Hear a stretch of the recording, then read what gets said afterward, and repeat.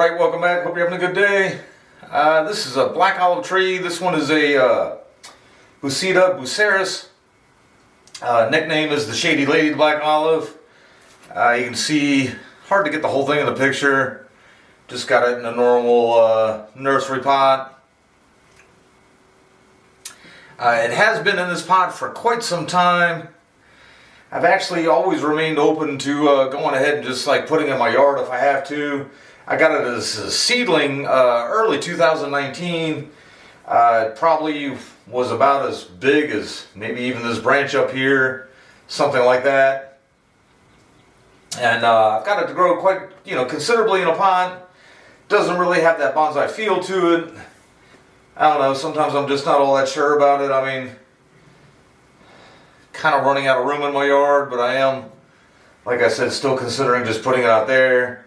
Who knows, maybe even selling it or something like that. I mean, I put a lot of work into it. I hate to give it away for too little.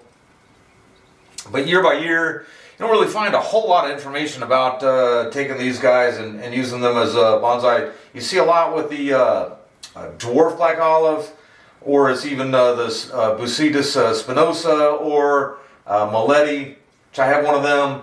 I think it makes a much more better compact tree than this one does. I have been this time of year just letting it get its first spring growth in, and then in June somewhere or another, I mean, this thing would be even more leggy than it is now, and then kind of probably bring it back to about what it is now, and then just basically letting it rest until the next year. I really haven't been I'm gonna say like unhappy with the results, but at the same time, like it's not really turning into anything more special than it was when I got it, other than it's just bigger. And so I think right now I'm going to go ahead and just cut it back maybe even a little bit further than I usually would after that spring growth. And let's see, it's hard to show you guys just because of how small it is. But it is just, this is one of the branches that's bare out there. It is and I was just saying that it's starting to get just this little bit of spring growth. It is an evergreen. All the leaves kind of closer to the trunk stay on there. But then as it starts to get its spring growth, all these outer leaves start falling off. I'm sure eventually these inner leaves fall off too as it gets that growth spurt on there. But you just kind of notice it'll get bare looking on the outside just as it starts to get its good growth spurt on it. So I'm going to go ahead and just do that and start cutting it way back here. And then I'll just hold on to this video and show you guys the results. Hopefully it back buds pretty good, gives me some more branching to choose from after that initial spring growth.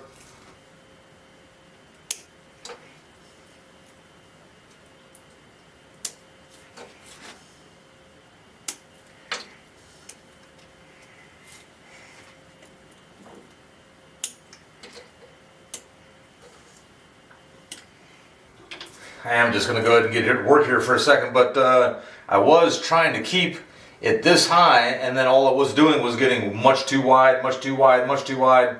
So I actually let it develop this, and and I'll also let it go ahead and start developing up a little more too. So I'm not going to chop that down. I'm more or less trying to go ahead and make it compact.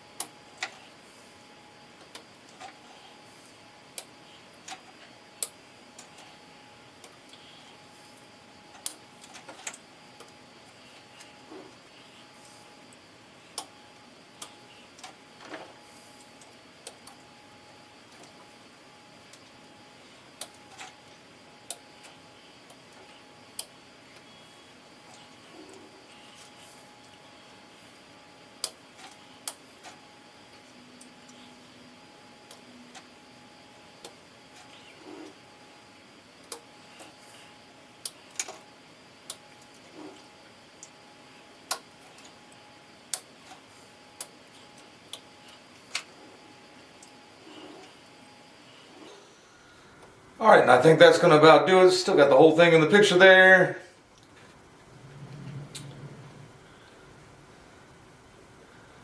Just kind of flipping the script on it.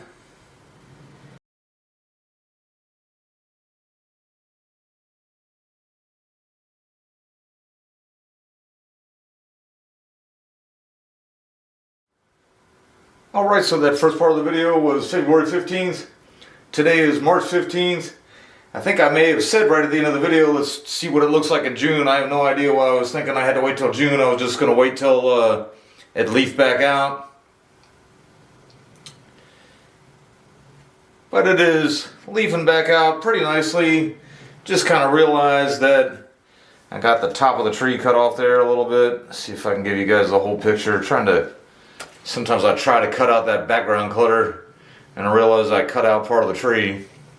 And I guess it's just how close it gets there. On that side there, you can see more movement.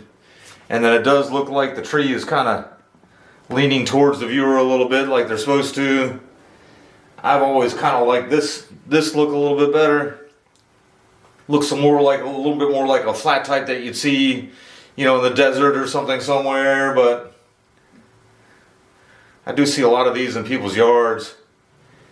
I try to study them, but they all actually kind of wind up looking the same. That's why I don't really try to emulate what they exactly look like. I want to get the dwarf variety in here for a second just for an update. Doesn't really need pruned or anything. Just kind of show you how it's been doing. Haven't done any work on it for the last year or so. Alright, and again, just kind of updating this one in a lot smaller of a pot so it doesn't quite get the shoots and growth like that other one gets. It is the dwarf variety too.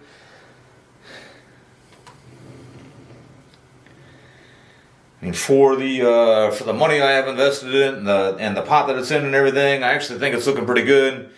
In my opinion, it's got like two main flaws. The one flaw would be the Bari. It does kind of look a little bit like a poop emoji in a way, and then it just has the big scar there that hasn't healed yet. This I'm trying to get to be the new leader, and then these will all stay branches. That'll be the only thing I do with it over the summer.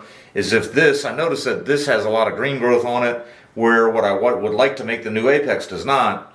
If this starts really growing and taking off, I'll trim that back a little bit, just to kind of keep that in line with this. As a matter of fact, I might just nip the ends off there, just while I got it in here and thinking about it. This branch here appears to just have a little dieback, and I won't do anything up there. Again, just trying to force some more growth up that way.